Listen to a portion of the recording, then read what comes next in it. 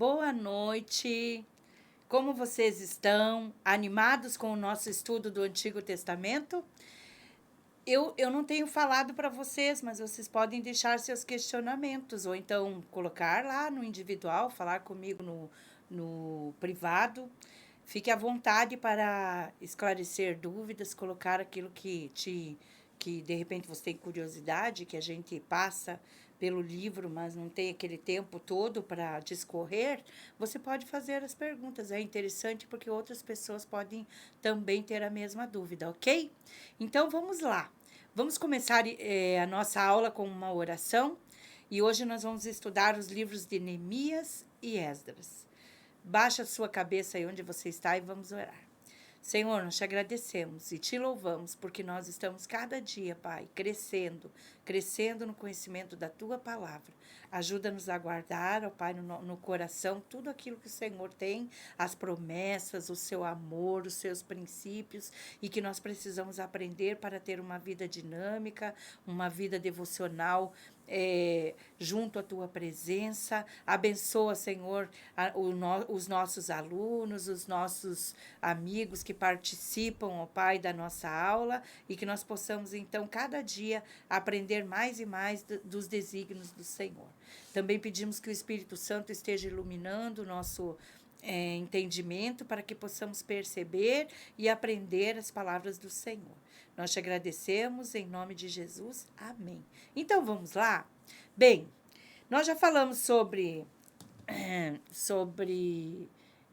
Esdras, sobre Primeiro Reis, sobre Samuel, sobre Crônicas, nós falamos de Juízes, nós falamos de Ruth. Agora, hoje, nós vamos trabalhar esta equipe, esses dois homens importantes na história, Neemias e Esdras. E eu espero que você esteja entusiasmado para aprender mais da palavra de Deus, certo? Vamos lá, então? Muito bem.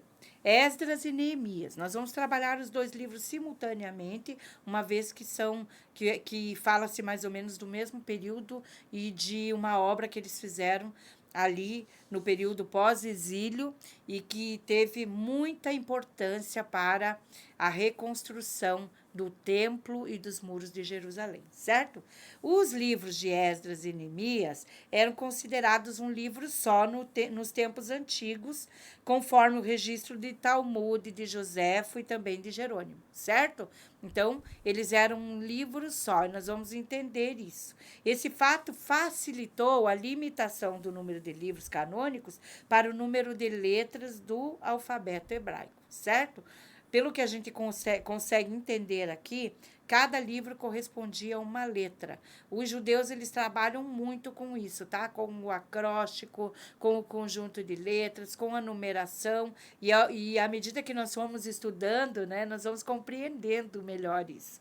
A Septuaginta também o considerava um livro só. Lembram que a Septuaginta é aquele grupo de homens que se reuniu para fechar, né, para transcrever o livro, o Antigo Testamento para o grego, certo? Esdras B e Esdras e Neemias, como um resumo no período. Então, são 3 livros que foram transformados em 2. Nós vamos compreender isso melhor, tá? A Vulgata Latina dividiu em 2 livros, Esdras é Esdras A e Neemias é Esdras B, certo? Então, essa divisão, ela ficou desta forma. Era Esdras A, Neemias.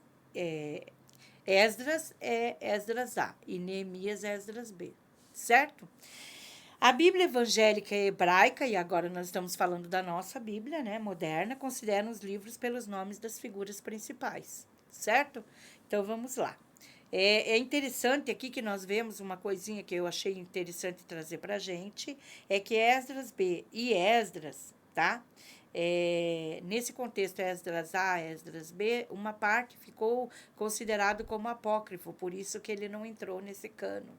E aí é onde ficou transformado dessa forma aí que a gente vê Esdras e Neemias. Muito bem, vamos lá. O autor de Esdras e Neemias, então, vamos de novo falar de Esdras, como nós falamos na aula passada sobre crônicas, né? Sobre primeiro e segundo crônicas. Ele é considerado o autor. Então, dos 4 livros, vamos lá. Primeiro e segundo Crônicas, Esdras e Neemias.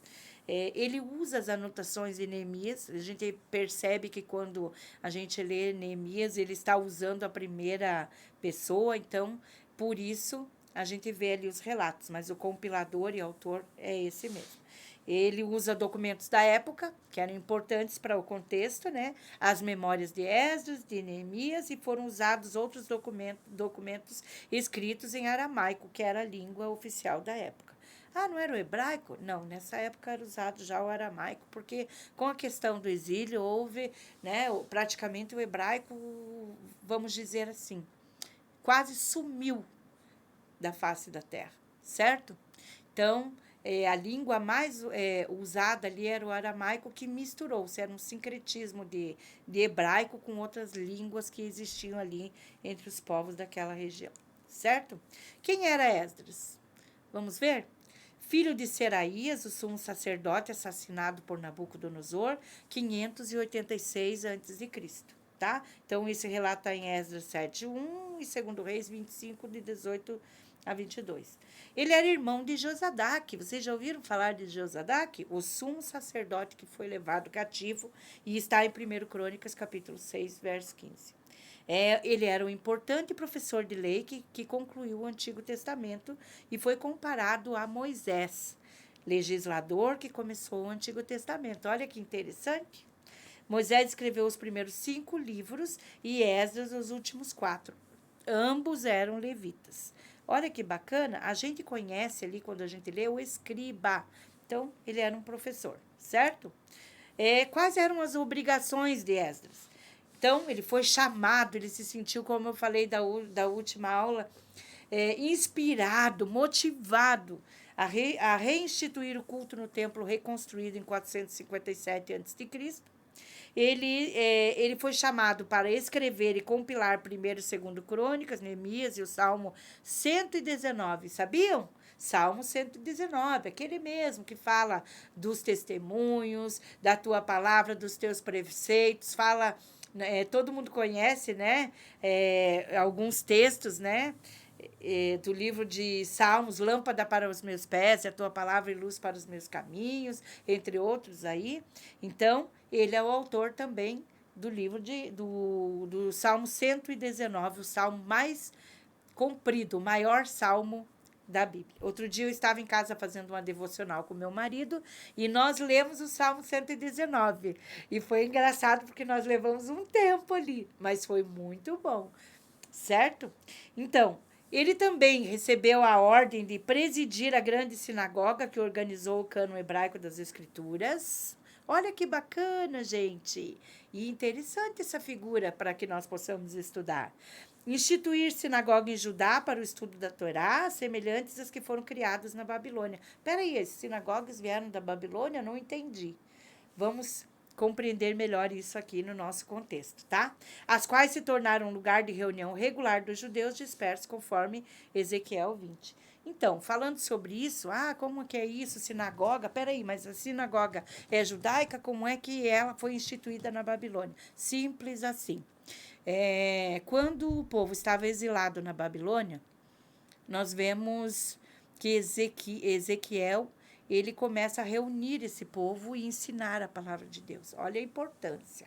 Eles estavam em outro lugar, em outra nação, e Ezequiel ali começou a trabalhar com eles. E então, ao lugar que eles reuniam-se, foi dado o nome de sinagoga. É aí que nasce, né, os institutos. Vamos dizer, se você parar e pensar, opa, é a escola dominical. Pode ser que não fosse no domingo, podia ser no sábado.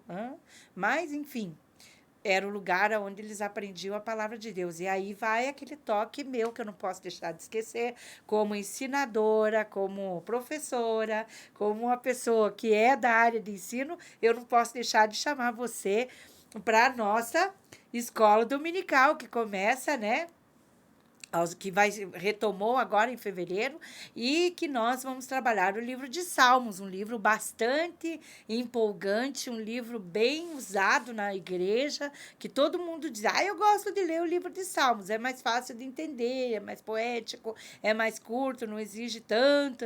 Nós vamos estudar o livro de Salmos e a sua importância para o povo de Israel. Você é nosso convidado, certo? E se anime e venha para nós continuarmos, então, estudando a palavra de Deus. Assim como Ezequiel instituiu lá as sinagogas e começou esse trabalho bem importante, né, lá no exílio, nós também podemos, então, levar em conta aquilo que eu tenho chamado, né, de importante, de relevante para mim e para todos aqueles que se chamam filhos de Deus, que é divulgar a palavra de Deus aos quatro cantos da terra. Certo? Até na aula anterior eu mencionei aquele texto e que eu amo muito, né? Como as águas cobrem o mar, o conhecimento da minha palavra, da minha glória de encher toda a terra.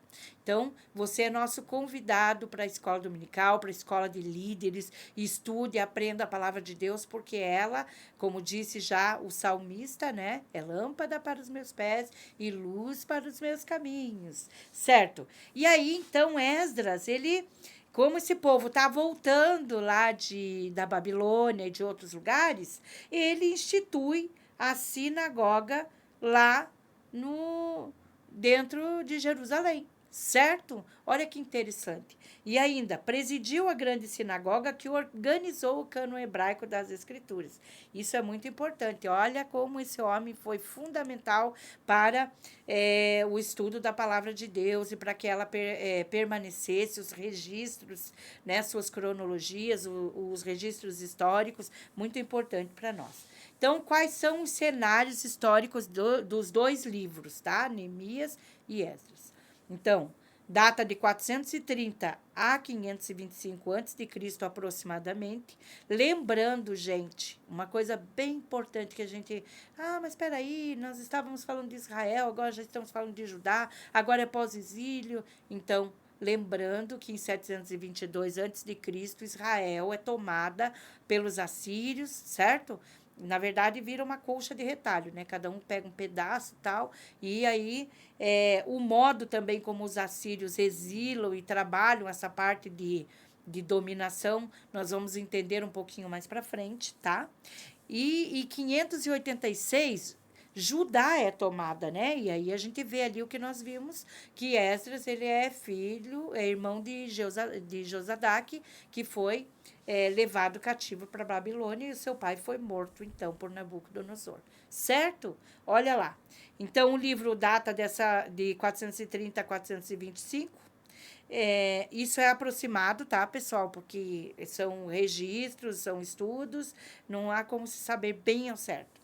Cumpriram o ministério durante o reinado de Artaxerxes, nós vimos ali primeiro, né? 465 a 424 a.C., e é provável que eles foram completados no fim do período, depois de Malaquias, o último profeta ter pronunciado a sentença do Senhor e registrado em seu livro. Então, assim, aí você vai dizer, mas nós não estudamos ainda os profetas. Não, nós vamos estudar os profetas, tá?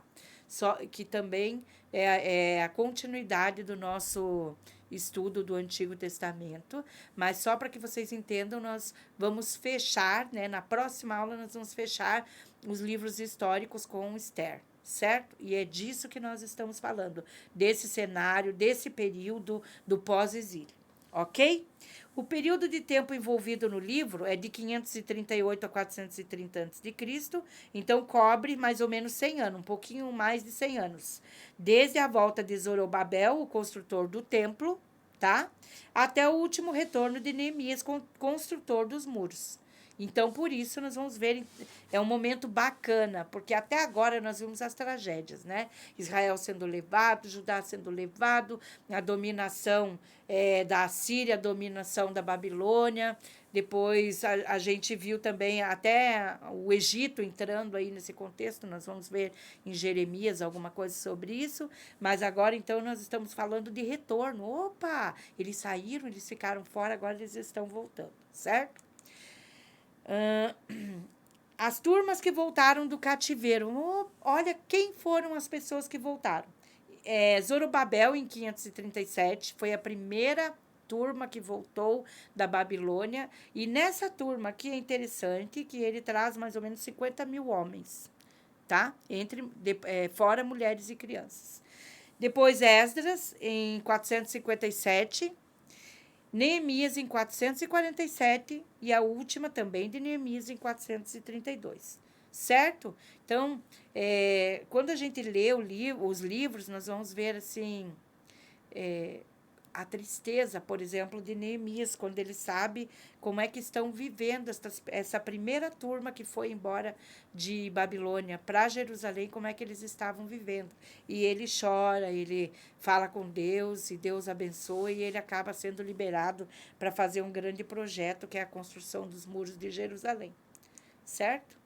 Vamos lá. O cenário político. É um novo período na história de Israel, no âmbito nacional e internacional. Nacional por quê? Porque é o princípio da era pós-exílio, é o retorno à terra, ou seja, aqueles que já estavam lá estagnados, tristes, nunca mais eu vou ver Jerusalém, quem dera, né?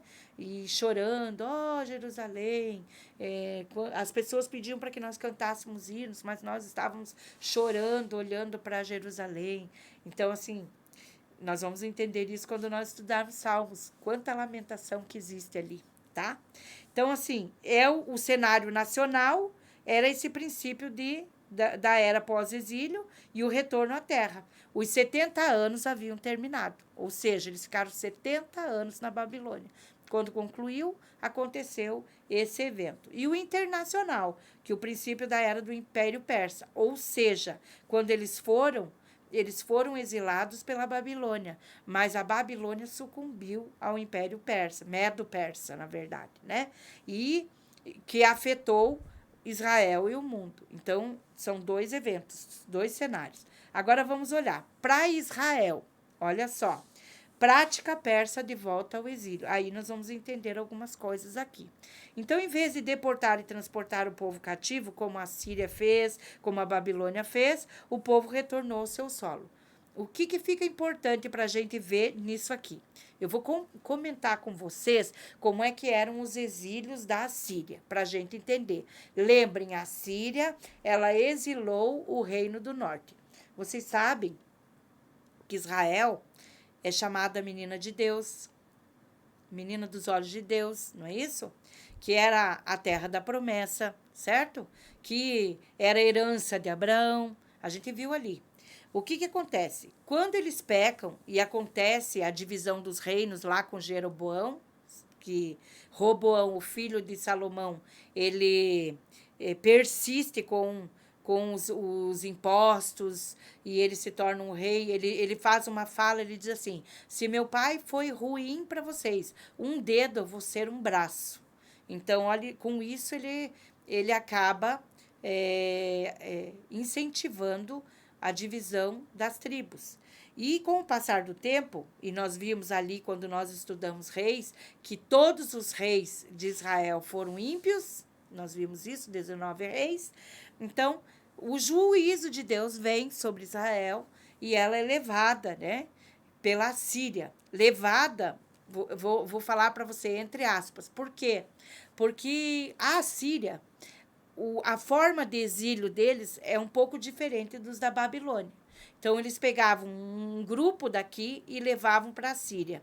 E pegavam alguns de lá e traziam para cá. Com isso, eles destruíam todo o sistema religioso. E foi isso que aconteceu com Israel. Porque com o exílio da Síria, eles perderam a identidade deles, de israelitas. Eles começaram a praticar os pecados, seguir os deuses. A gente vai encontrar ali, nós vimos ali no contexto, né? Por exemplo, Acabe e Jezabel, que vem Baal, né? Que ela é uma sacerdotisa de Baal. Nós vimos os bezerros de Jeroboão, nós vimos os vários pecados, e não são apenas esses, né? Nós vamos ver, por exemplo, aquilo que o pastor Juliano citou outro dia, né? Os deuses dos Moabitas, Moloque e tantos outros deuses ali, que foram se misturando com esse povo.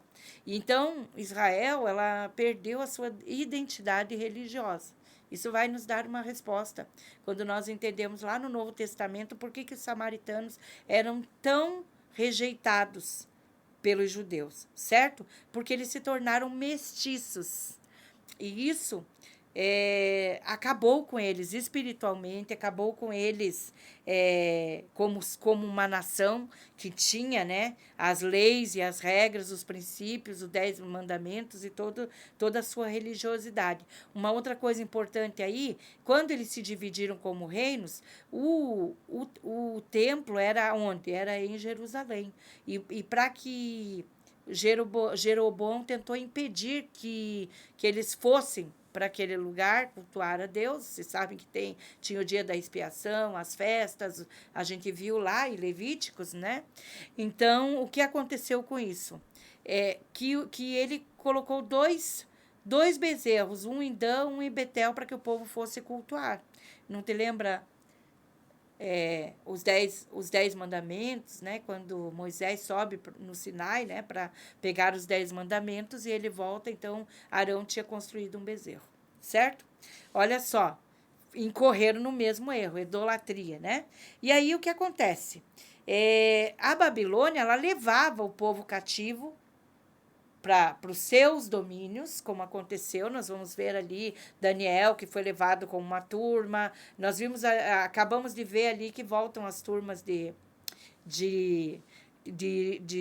da Babilônia para Israel. Então, veja, essas turmas também foram levadas para lá. E o que a Bíblia diz é o seguinte: a Bíblia diz que os jovens mais ricos, os nobres, os príncipes, eram todos levados. Ficaram na terra apenas os pobres, os miseráveis, à deriva. Ficou uma terra deserta, né? Os muros destruídos, o templo queimado, todas as suas riquezas foram levadas, né? E então a Babilônia, ela levava esses exilados para o seu domínio. E foi o que aconteceu então. O povo saiu dali e foi para a Babilônia, ficou 70 anos. Só que aí entram os medo-persas, e o modo deles de exilar, o trabalho deles como dominadores é diferente. E então o povo retornou ao solo nativo, com o objetivo de promover relações pacíficas e com o império. Então, esse é um contexto que a gente vê nessa volta do exílio. Então, eles libertavam o povo e pagavam as despesas do retorno. É isso que nós vemos quando nós lemos Esdras e Neemias, tá? Nós vamos ver que o próprio rei tira, né, dos tesouros, devolve os pratos, devolve o que eles tinham de instrumentos, aqui, tudo que eles tinham ali, ele devolve e ainda paga o retorno, paga a madeira que precisa, certo? Então, e ele autoriza a reinstituir o sistema religioso no território natal. E é isso que está acontecendo agora quando nós vemos Esdras e Neemias. Diversos judeus, eu até já mencionei, mas vale a pena a gente lembrar disso, né? Alcançaram proeminência no governo persa. É o caso de Daniel. Lembram de Daniel na Cova dos Leões, certo? Depois nós vamos ver Daniel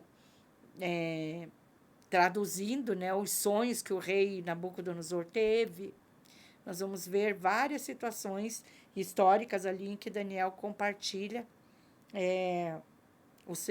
a sua estadia na Babilônia. Esther e Mordecai, vocês já conhecem a história no livro de Esther. Um momento.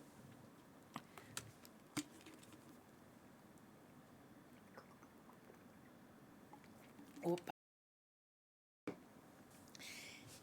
Esther e Mordecai nos períodos babilônios e persa, porque a gente vê também que nesse período, né? Eu até comecei contando para vocês sobre o livro de Crônicas, isso, né? Em que em um determinado dia o rei não consegue dormir e ele pede para que alguém leia o livro de Crônicas para ele, né? As crônicas lá dos persas, certo? E ele lá acontece o relato daquilo que Mordecai havia feito, e com isso ele é promovido, certo? Uma história bem bacana para você ler também. No próxima aula nós vamos ver o livro de Esther, vai ser fantástico. Qual que é o cenário religioso, então?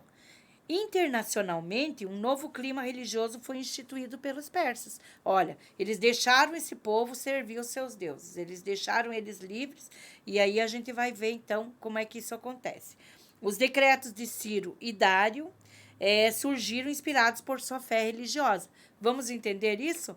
Muita gente lê, né, e pensa, puxa, ele foi usado por Deus. Sim, ele foi usado por Deus, mas olha que interessante que Ciro, ele é um adepto do zoroastrismo, e com isso ele libera o povo, né? Uma mistura de visão de um panteão de deuses, nós acabamos de falar, e do zoroastrismo, que era, vamos dizer assim, a religião da época, certo? Desenvolvido recentemente, e as duas hierarquias, o bem e o mal. Então, como resultado da visão do zoroastrismo, eles entendiam que o povo tinha que voltar à terra para aplacar a ira dos deuses locais e promover a paz no império.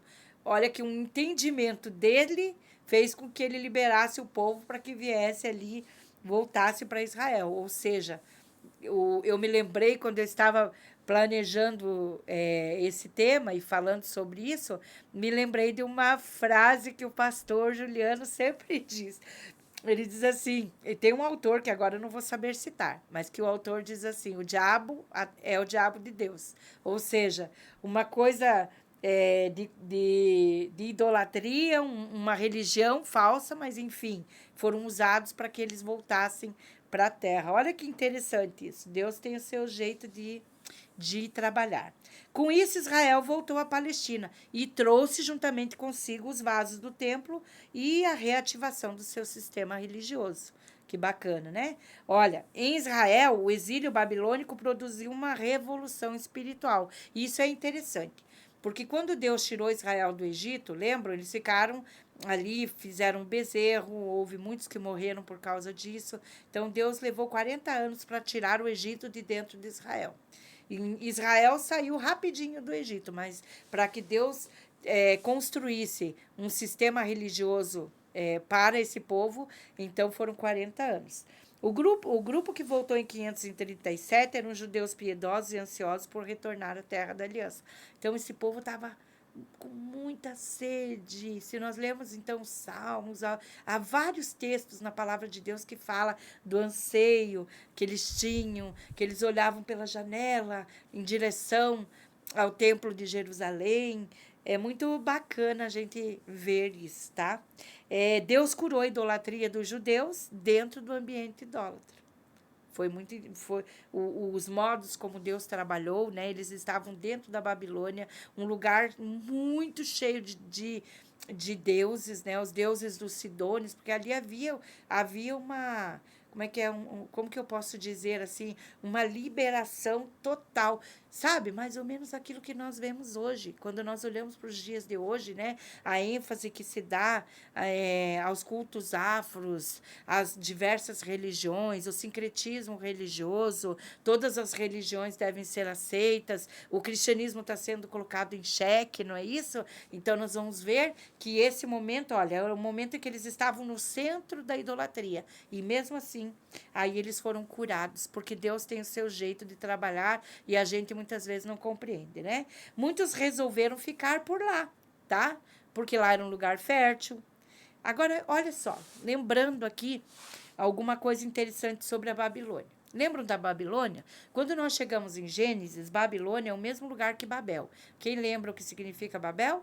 Confusão, certo? Com o passar do tempo, nós vemos que Abraão ele traz junto consigo o seu sobrinho. E um determinado dia, os dois enriquecem.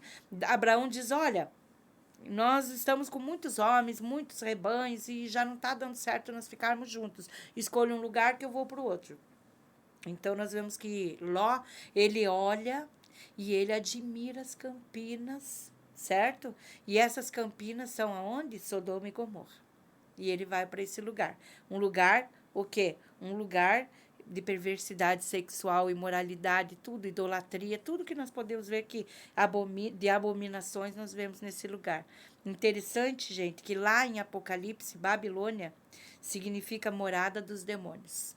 Lá em Apocalipse, se você ler Escuta o que eu estou te falando. Então, confusão, idolatria, imoralidade, morada de demônios. Olha que esse lugar, um lugar terrível, né?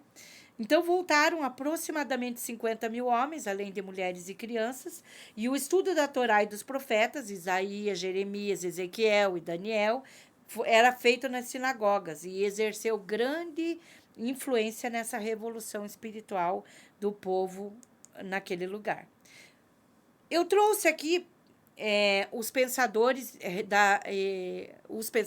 as religiões, as filosofias dessa época. Por que eu trouxe isso, gente? Para nós entendermos que ambiente era esse que esse povo estava vivendo, certo? Então, se você acha que isso é, como é que eu posso dizer assim, é novo, é recente, né? Nós vamos ver aqui, então. Olha, Sócrates, 469 a.C., mais ou menos, Platão 427, Aristóteles 384, eles contribuíram para o desenvolvimento do pensamento grego ou helenista, grande influenciador do mundo naquela época, certo? Zoroastro ou Zaratustra, quem fala muito dele é o Nietzsche, né? Em 628 e 521, cujas ideias influenciaram o pensamento persa. Então, nós vimos o zoroastrismo aí, aquela coisa do bem e do mal, dos deuses, né? De todos os deuses tinham que ser bajulados, esse pensamento é dessa época. Por isso que eu trouxe para vocês. Essa era a ideia, né, das religiões da época. E olha só, Buda, nessa época, né, o tal do Siddhartha Gautama, 563, 486 a.C., ele desenvolveu as quatro nobres vontades do budismo, rejeitando o antigo hinduísmo com as suas castas. Quando a gente fala de castas, é porque no hinduísmo as castas querem dizer os nobres, os sacerdotes e os miseráveis, certo? Ideia que se espalhou pela Índia. Quando você estuda as religiões da Índia, você vai ouvir falar sobre castas. Também Confúcio, tá? Confúcio, 551, 479, mais ou menos, e ele ensinou na China durante uma época de grande luta interna e rejeições às tradições religiosas. Era esse o ambiente que o povo estava vivenciando, certo? Essas atividades religiosas e o desassossego mundial enfatizaram a importância da obra de Esdras para preservar a religião verdadeira dos patriarcas e dos profetas. E aqui eu tenho que dizer uma coisa para você.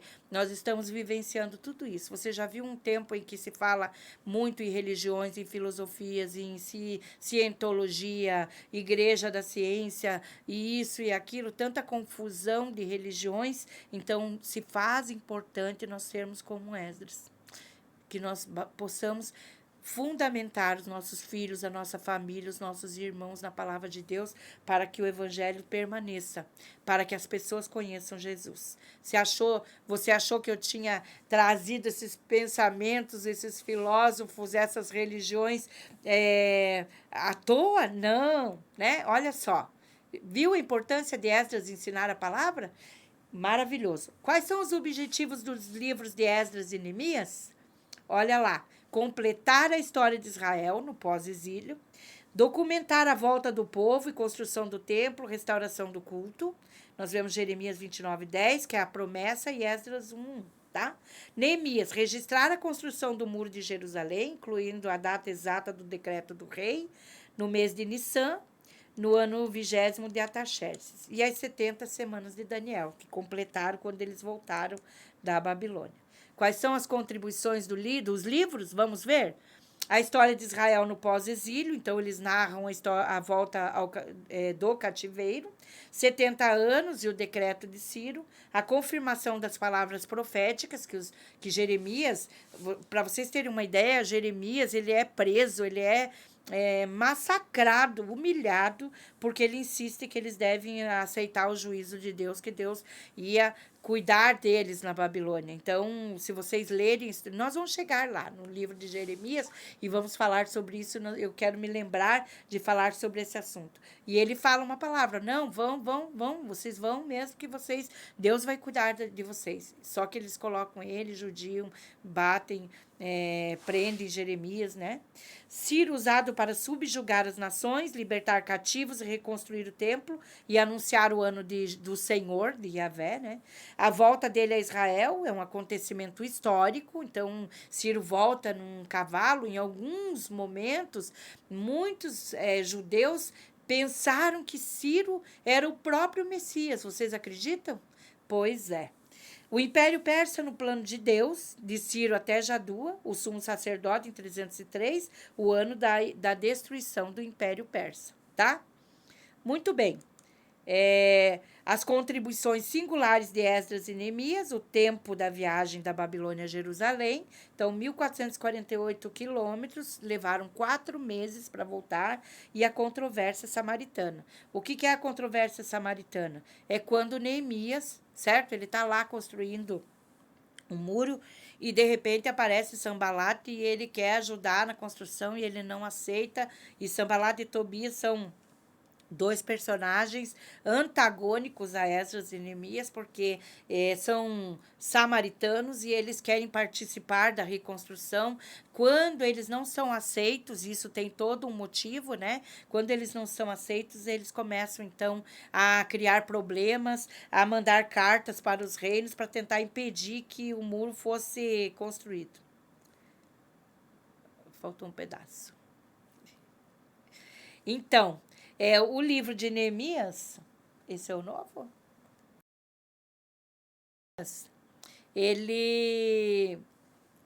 O livro de Neemias, ele é o livro que conta, né, o trabalho de Neemias ali. Ele era o copeiro do rei, né, e ele, então, trabalha para que o povo seja cuidado, né? A princípio ele pede ajuda ao rei e daí ele recebe, e com isso, então, Neemias ele consegue fazer um bom trabalho ali de retorno, de devolver, né? O próprio rei financia aquilo que nós falamos, né, do zoroastrismo. Então, gente, vamos encerrar a nossa aula de hoje? Eu prometo a vocês que na próxima aula eu termino com vocês com com a cristologia no livro de Neemias e também com o esboço dos livros que nós vimos aí. A primeira é a restauração do templo, né, de Zorobabel. Depois, Esdras, ele chama o povo, dá ordem, ele fala sobre a reconsagração do templo, ele trabalha ali, ele fala. Alguns historiadores vão dizer que ele começa às 6 da manhã e termina ao meio-dia de ler a lei, tá? E aí, com isso, ele faz a nova aliança, ele restaura a aliança de Israel, né, a aliança mosaica. Depois, nós vamos ver, então, em Neemias, a princípio, a história dele ali, trabalhando com o rei. Aí ele tem notícias de como está o povo judeu, ele chora, ele tem algumas tristezas ali, ele expõe o que ele está sentindo, e com isso o rei libera para que ele volte e veja como é que está. Aí ele retorna, e quando ele volta, ele promove ali, com a ajuda daquelas pessoas que estão, a restauração dos muros de Jerusalém. Acontece todo esse contexto aí com os samaritanos, e aí ele consegue, então, concluir, e ele se torna praticamente o governador ali naquela região. Deus abençoa a vida de Neemias, ele faz várias restituições, ele organiza completamente aquele povo. Nós terminamos assim. Semana que vem nós vamos trabalhar, então, o livro de Esther, que é o último livro, e é um livro que está dentro desse contexto histórico aqui, que nós vamos poder, então, verificar. E começamos os livros poéticos, nós vamos começar com o livro de Jó. Eu quero agradecer a você que está participando, convide alguém, não esqueça de responder, né? Eu vou colocar o Forms essa semana de Reis e também de Crônicas. Esse último estudo nosso eu só vou colocar depois que nós fizermos o livro de Esther. Um grande abraço, até a semana que vem, que Deus abençoe, que Deus te inspire, assim como Esdras foi inspirado, e que nós possamos, então, estudar e aprender a palavra de Deus, usá-la para o nosso dia a dia, para a restauração do nosso culto doméstico, do nosso culto, da propagação do evangelho por onde nós passarmos. Um beijo a todos vocês, Deus abençoe.